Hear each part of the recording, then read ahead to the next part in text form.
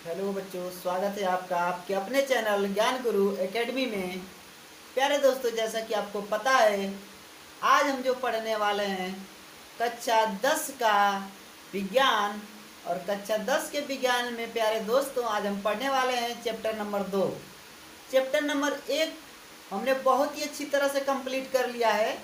अगर आपने अब तक उस चैप्टर को नहीं देखा है तो जाके आप उसको प्लेलिस्ट से देख लीजिए और सारे वीडियोज को अच्छी तरह से कवर कर लीजिए, क्योंकि आपके कक्षा 10वीं के बोर्ड एग्जाम में चैप्टर नंबर 1 बहुत ही महत्वपूर्ण है और मैंने उसके सारे टॉपिक्स अच्छी तरह से कवर करवाए हैं। तो आप जाके उसको अच्छी तरह से क्या कीजिए कि प्लेलिस्ट से देख लीजिए।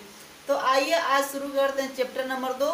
चैप्टर नंबर 2 शुरू करने से पहले मैं आप लोग को बता दूं कि मैं आपका एसपी सर आपका पुनः आपके ज्ञान गुरु एकेडमी में एक बार फिर से स्वागत करता हूं। तो आइए चैप्टर नंबर 2 देखते हैं। चैप्टर नंबर 2 जो है बच्चों, कक्षा 10 के साइंस का अध्याय 2 जो है अम्ल क्षारक एवं लवण है। क्या है? अम्ल क्षारक एवं लवण। इसको अंग्रेजी में कहते हैं acids bases and salts. Acid base and salt. Clear है? Acid base and salt. सबसे बड़ी चीज एसिड। एसिड क्या होता है पहले ये समझते हैं। अम्ल, अम्ल क्या है उसके बारे में पहले समझते हैं बच्चों। तो जैसा कि सबको पता है कि अम्ल क्या होता है, कि अम्ल एक खट्टा पदार्थ होता है। क्या होता है?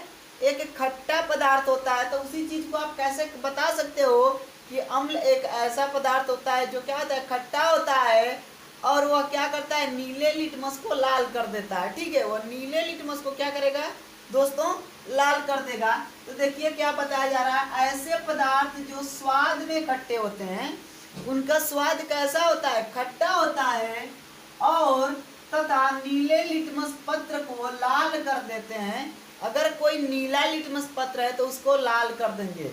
प्यारे दोस्तों, मैं आप लोग को एक बात बता दूं कि लॉकडाउन की वजह से अभी हम लोग का नहीं विद्यालय खुल पा रहा है, नहीं सेंटर्स खुल पा रहे हैं और हमारा जो सेंटर है जहाँ पे हम वीडियो बनाते हैं वो भी नहीं खुल पा रहे हैं। हम लोग आ जा नहीं पा रहे हैं, जिसकी वजह से थोड़ी प्रॉब्लम हो रही है। नहीं तो जो अम्ल होते हैं, क्षार होते हैं, नीला लिटमस पेपर, लाल लिटमस पेपर, बाकी सारी चीज़ें पीएच पेपर, और अभी आप लोग का चैप्टर 1 का एक और जो क्या था कि आप लोग का प्रैक्टिकल था। सारी चीज़ें मैं आप लोग को यहीं करके दिखाऊंगा। प्रैक्टिकली आप लोग को सारी चीज़ें यहाँ पे आप लोग को लाल लिटमस पेपर, नीला लिटमस पेपर, पीएच पेपर सारी चीज़ें दिखाऊंगा। लेकिन उसके पहले जब तक संसाधन हमारे पास उपलब्ध नहीं है, ऐसे पढ़ लेते हैं, उसके बाद एक एक करके हम उसका प्रैक्टिकल आपको बता देंगे। ठीक है, सारे प्रैक्टिकल्स को मैं आपको उसके बता दूंगा। क्लियर है? ठीक है, तो यहाँ पे आपने अम्ल के बारे में समझा कि अम्ल क्या होता है, कि स्वाद में कड़वा होता है और नीले लिटमस पेपर को वो क्या कर देता है, लाल कर देता है। ठीक है, कुछ एग्जाम्पल्स इसके देख लेते हैं बच्चों। कुछ एग्जाम्पल्स में मान लीजिए कि हाइड्रोक्लोरिक अम्ल, यहाँ पे मैंने ईजी लिखा है। ईजी का मतलब होता है उदाहरण के तौर पे हिंदी में, और इंग्लिश में बोले तो एग्जाम्पल ऑफ ग्रेसिया, उदाहरण के तौर पे। क्लियर है?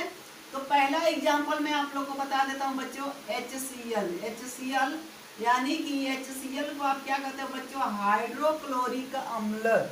क्या कहते हो, संकेत आप लोग अच्छी तरह से पढ़िएगा ताकि बोर्ड एग्जाम में आप संकेत के अनुसार लिख के आए। बहुत सारे रिएक्शंस करके आए, जितना रिएक्शन पूछे सारे रिएक्शंस आप करोगे तो आपको केमिस्ट्री में पूरा का पूरा मार्क्स मिलेगा। ठीक है, तो पहला क्या है बच्चों, अम्ल क्या बताया हमने आप लोग को, HCl यानी कि हाइड्रोक्लोरिक अम्ल। दूसरा होता है बच्चों, मान लीजिए कि दूसरा कोई ले लीजिए, H2SO4। H2SO4 इसे हम कहते हैं सल्फ्यूरिक अम्ल। क्या कहते हैं? सल्फ्यूरिक अम्ल। और यहाँ पे तीसरा आप लोग का ले लीजिए। आप लोग तीसरा क्या ले सकते हैं बच्चों, कोई भी एक ले लीजिए, HNO3। क्या है? HNO3 ETC। बहुत सारे भी होते हैं। HNO3 को हम क्या कहते हैं बच्चों, इसे हम कहते हैं नाइट्रिक अम्ल। क्या कहते हैं? नाइट्रिक अम्ल। क्या है? नाइट्रिक अम्ल। संकेत अच्छी तरह से अगर ना समझ में आ रहा है तो मैं एक बार फिर से बता दे रहा हूं, आप लोग कहीं लिख लीजिए। हाइड्रोक्लोरिक अम्ल, सल्फ्यूरिक अम्ल और HNO3 नाइट्रिक अम्ल। क्लियर है इतना?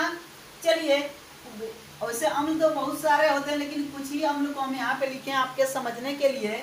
पहले समझ लेते हैं जो हमारी प्रकृति है, प्राकृतिक में पाए जाने वाले कुछ अम्ल ऐसे होते हैं जो नॉर्मली होते हैं, ठीक है। वैसे तो बहुत सारे अम्ल हैं, लेकिन कुछ अम्लों के नाम मैंने यहाँ पे आपके परीक्षा की दृष्टि से देखते हुए लिख दिया है, जो कि आपकी एग्जाम में क्या होता है, कभी कभी एक नंबर जो MCQ के क्वेश्चंस होते हैं, जिन्हें हम कहते हैं मल्टीपल चॉइस टाइप क्वेश्चंस, यानी कि आप बोलते हो बहुविकल्पीय प्रश्न, उस तरह के प्रश्न पूछे तो आप आसानी से कर सको। जैसे संतरा या नींबू, संतरा या नींबू में कौन सा अम्ल पाया जाता है, तो आप कहोगे कि सर सिट्रिक अम्ल पाया जाता है। क्या पाया जाता है बच्चों? सिट्रिक अम्ल। दूसरा है यहाँ पे सेब, जो हम सेब खाते हैं उसमें कौन सा अम्ल पाया जाता है बच्चों, तो यहाँ पे पाया जाता है मेलिक अम्ल। क्या है? मेलिक अम्ल। तीसरा है बच्चों सिरका, सिरका में पाया जाता है एसिटिक अम्ल। क्या पाया जाता है? एसिटिक अम्ल। उसके बाद चौथा आप लोग का टमाटर, टमाटर में जो अम्ल पाया जाता है वह पाया जाता है ऑक्जेलिक अम्ल। टमाटर जो हम घरों में यूज करते हैं सब्जी के लिए, उसमें कौन सा अम्ल पाया जाता है बच्चों? ऑक्जेलिक अम्ल। उसके बाद अगला पॉइंट है चौथे नंबर, पांचवें नंबर पे जठर रस, जठर रस में पाया जाता है हाइड्रोक्लोरिक अम्ल। क्या पाया जाता है बच्चों? HCl हाइड्रोक्लोरिक अम्ल कहाँ पाया जाता है? जठर रस में पाया जाता है। उसके बाद इमली, इमली में पाया जाता है टार्ट्रिक अम्ल। क्या पाया जाता है बच्चों? टार्ट्रिक अम्ल। दूध या दही, खट्टा दूध या दही, खट्टा दूध या दही में जो अम्ल पाया जाता है लैक्टिक अम्ल पाया जाता है। कौन सा अम्ल पाया जाता है बच्चों? लैक्टिक अम्ल पाया जाता है। और प्रोटीन, प्रोटीन में जो पाया जाता है अमीनो अम्ल पाया जाता है। कौन सा अम्ल पाया जाता है बच्चों? अमीनो अम्ल। लाल चींटी का डंक और नेटल, इन दोनों में सेम ही एक ही प्रकार के अम्ल पाए जाते हैं, जिन्हें हम कहते हैं मेथोनोइक अम्ल या फिर फॉर्मिक अम्ल। वही अम्ल नेटल में भी पाया जाता है। क्लियर है?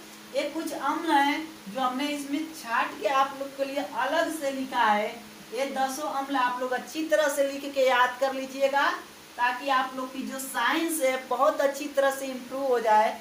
प्यारे बच्चों, प्यारे दोस्तों, आपको क्या करना है कि आपको अपनी साइंस को बहुत ही मजबूत करना है, क्योंकि आने वाले 11th 12th और बाकी जो भी आप पढ़ोगे सारी चीज़ों में आपकी साइंस बहुत ही अच्छी होनी चाहिए। ठीक है बच्चों, अब आगे पढ़ लेते हैं। थोड़ा सा इनको मैं इरेज कर देता हूँ, और इनको इरेज करने के बाद में आगे अम्ल तो मैंने आप लोग को बता दिया। अब दूसरी चीज में आप लोग को जो इसमें दूसरा टॉपिक है क्षारक जो है, उसको मैं आप लोगों को बता देता हूँ कि अम्ल के बाद क्षारक क्या होता है। ठीक है, उसका काम क्या होता है, क्षारक कौन कौन से हम जानते हैं, कुछ क्षारकों के नाम आप लोग को बता दें। ठीक है, उसके बाद अम्ल क्षारक जो होते हैं उनको हम बता दें। ठीक है, तो इस तरह से हम आप लोग का कंप्लीट करा देंगे। यहाँ पे आइए देखते हैं दूसरी चीज किसको समझेंगे। अभी अभी हम क्षारक क्या पढ़ेंगे बच्चों, क्षारक किसे कहते हैं। ठीक है, अब हेडिंग डाल लेते हैं क्षारक। क्या है बच्चों? क्षारक। क्षारक को हम अंग्रेजी में क्या कहते हैं बच्चों? ठीक है, इसको हम कहते हैं बेस। क्या कहते हैं?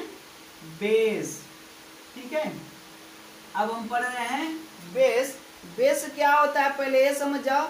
ऐसे पदार्थ जो स्वाद में कड़वे होते हैं, बेस का जो स्वाद होता है बच्चों कड़वा होता है। अगर आप लोग लिखना चाहो तो लिख लीजिए, हम बोल दे रहे हैं ऐसे पदार्थ जो स्वाद में कड़वे होते हैं। क्या होते हैं? कड़वे होते हैं। और लाल लिटमस पत्र को, जो ये अम्ल था वह नीले लिटमस पत्र को लाल कर दिया था, और ये क्या करते हैं, लाल लिटमस पत्र को क्या कर देता है, नीला कर देता है। ऐसे पदार्थ जो स्वाद में कड़वे होते हैं और लाल लिटमस पत्र को नीला कर देते हैं, ठीक है, वो क्या कहलाते हैं बच्चों?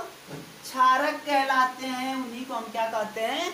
क्षारक कहते हैं। फिर से एक बात समझ जाइए, ऐसे पदार्थ जो स्वाद में कड़वे होते हैं और लाल लिटमस पत्र को पुनः नीला कर देते हैं, वह कहलाते हैं क्षारक, या इन्हें क्षारक कहते हैं। इनके कुछ एग्जाम्पल्स देख लेते हैं। जैसे सोडियम हाइड्रोक्साइड, इनके एग्जाम्पल्स हैं इजी, यानी कि अभी अभी बताओ एग्जाम्पल आप ग्रेस, यानी उदाहरण के तौर पे सोडियम हाइड्रोक्साइड NaOH, NaOH इन्हें हम कहते हैं सोडियम हाइड्रोक्साइड। दूसरा हम ले सकते हैं बच्चों potassium hydroxide KOH, potassium hydroxide ETC। बहुत सारे ऐसे क्या होते हैं हाइड्रोक्साइड भी होते हैं, ठीक है। तो ये सारे चीजें क्या हैं बच्चों, क्षारक हैं। क्या हैं, क्षारक हैं। तो आइए हम अब इसके बाद क्या पढ़ते हैं। एक चीज मैं आप लोगों को बहुत ही इंटरेस्टिंग बता देता हूँ। अम्ल और क्षारक में एक बहुत ही मतलब कि समझने के लिए बहुत ही शार्ट ट्रिक्स कर लीजिए, ठीक है। जैसे मान लो बच्चों कि ये हमेशा ही ध्यान रखना, नॉर्मल तौर पे मान लीजिए कि किसी का नाम क्या है, अनिल है। कोई व्यक्ति है जिसका नाम क्या है, अनिल है, ठीक है। थोड़ा सा आप लोग देख लीजिए अनिल, ऐसे तो आप लिख ही सकते हो, अनिल नाम तो आसानी से याद हो सकता है। थोड़ा सा हम इनका फुल फॉर्म अब लिखते हैं। देखिए फुल फॉर्म क्या है, और को हम लिख सकते हैं बच्चों अम्ल। क्या लिख सकते हैं, अम्ल। और नी को लिख सकते हैं नीला। क्या लिख सकते हैं, नीला। और ल को लिख सकते हैं लाल।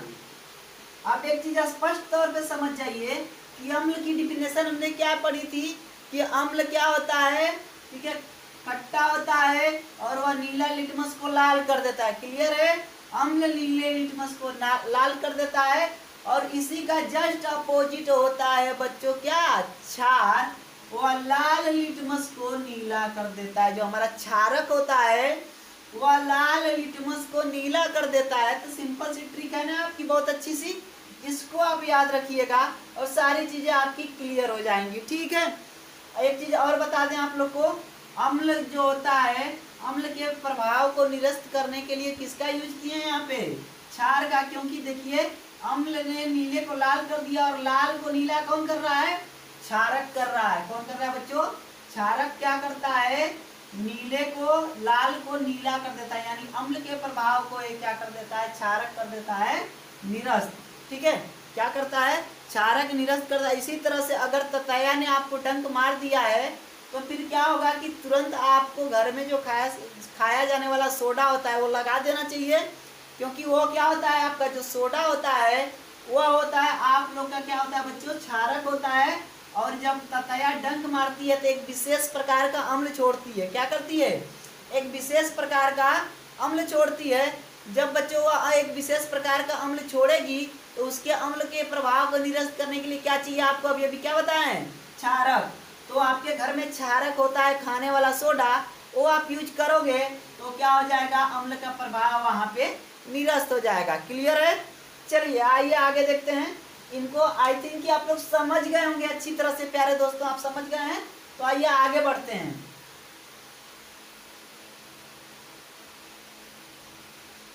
चलिए अब देखते हैं अगला हेडिंग क्या है आपकी बुक का। आप लोग अपनी किताब खोल के पढ़िए सामने, ताकि आप लोग को कोई दिक्कत हो तो आप हमें कमेंट के माध्यम से बताते रहिए। जो भी आप कमेंट के माध्यम से हमें बताएंगे हम अगले वीडियो में उसका सॉल्यूशन जरूर देंगे। क्योंकि आपके प्रत्येक कमेंट को बहुत ही ध्यानपूर्वक पढ़ा जाता है, ठीक है। आपका जो भी कमेंट होता है बच्चों उसको बहुत ही ध्यानपूर्वक पढ़ा जाता है। क्लियर है, ठीक है। आइए देखते हैं अम्ल क्षार सूचक। अब ये अम्ल क्षार सूचक क्या होते हैं उनके बारे में थोड़ी सी जानकारी रखते हैं। अम्ल क्षार सूचक, ठीक है, अम्ल क्षार सूचक, ठीक है, ये क्या होते हैं इनको समझ लेते हैं। ऐसे पदार्थ जो किसी विलयन में अम्ल या क्षार के साथ मिलकर अपना रंग बदल दें, ठीक है, अपना रंग परिवर्तित या गंध परिवर्तित कर लेते हैं, अम्ल क्षार सूचक कहलाते हैं। ऐसे पदार्थ जो किसी विलयन में मिलकर अपना रंग या गंध क्या कर लें, बदल लें, ठीक है। कोई ऐसा पदार्थ जो किसमें मिल जाए, किसी विलयन में मिलने के बाद अपना रंग अपना गंध सब बदल ले, ऐसे पदार्थ को हम कहते हैं बच्चों अम्ल क्षार सूचक। आप लोग एक बार फिर से लिख लीजिए, हम बोल दे रहे हैं कि अम्ल क्षार सूचक कहते किसे हैं, ऐसे पदार्थ जो किसी विलयन में मिलने पर अपना रंग या गंध परिवर्तित कर ले वह कहलाते हैं अम्ल क्षार सूचक।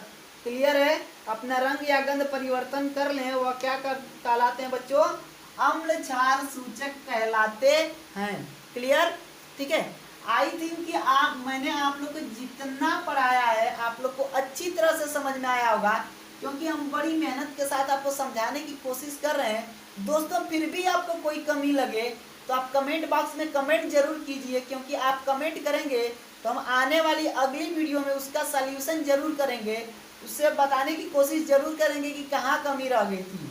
ठीक है, तो अगर आपको ये वीडियो पसंद आए तो लाइक शेयर, और अब तक तो सब्सक्राइब कर ही लिया होगा, फिर भी अगर अभी आपने सब्सक्राइब नहीं किया है तो जल्दी से सब्सक्राइब करके बेल आइकन को दबा लीजिए, ताकि हमारे आने वाली वीडियो का नोटिफिकेशन सबसे पहले आप तक पहुंचे। और ये आपके लिए ज़रूरी इसलिए है क्योंकि एनसीईआरटी की सभी सब्जेक्ट्स हमारे इस चैनल पे पढ़ाई जाती है। जो भी सब्जेक्ट्स होती है, चाहे फिजिक्स, केमिस्ट्री, मैथ, इंग्लिश, सारी सब्जेक्ट्स हमारी इस चैनल पे ज्ञान गुरु एकेडमी के प्लेटफॉर्म पे पढ़ाई जाती है। ठीक है, इसके लिए आपको क्या करना है कि चैनल सब्सक्राइब करके बेल आइकन को दबा के रखना है, ताकि हमारे आने वाली वीडियो का नोटिफिकेशन सबसे पहले आप तक पहुंचे और ज़्यादा से ज़्यादा फायदा आपको मिल सके। अगर आपका कोई दोस्त है, कोई भाई बंधु है, तो आप उसको भी जरूर हमारा चैनल सब्सक्राइब करवाएं और उनको हमारा लिंक भेज शेयर करें और बताएं कि इस चैनल पे इतनी अच्छी पढ़ाई जाती है, हर प्रकार की सब्जेक्ट एनसीईआरटी की आपकी पढ़ाई जा रही है। तो इस चैनल को आप जरूर सब्सक्राइब करें, क्योंकि आपको ज़्यादा से ज़्यादा फायदा पहुंचाना हमारे इस चैनल का मकसद है, ताकि उन बच्चों तक हम बहुत ही आसानी से रिसोर्सेज उपलब्ध करा सकें जिनके पास कोई सा रिसोर्स उपलब्ध नहीं है, जिनके पास महंगी कोचिंग नहीं है, या फिर उनके मतलब बहुत दूर दराज बैकवर्ड क्षेत्र से हैं। सारे बच्चों को ज़्यादा से ज़्यादा फायदा मिले, इसके लिए हम क्या कर रहे हैं कि इस प्लेटफॉर्म पे काफ़ी मेहनत कर रहे हैं और हर प्रकार के सब्जेक्ट्स पढ़ाएंगे। ठीक है बच्चों, तो आपको अब क्या करना है कि अगली वीडियो में अगर आपका कोई क्वेरी हो तो प्लीज़ उसको सब्सक्राइब मतलब क्या बोलते हैं उसको कमेंट जरूर नीचे कर दीजिएगा। ठीक है, धन्यवाद।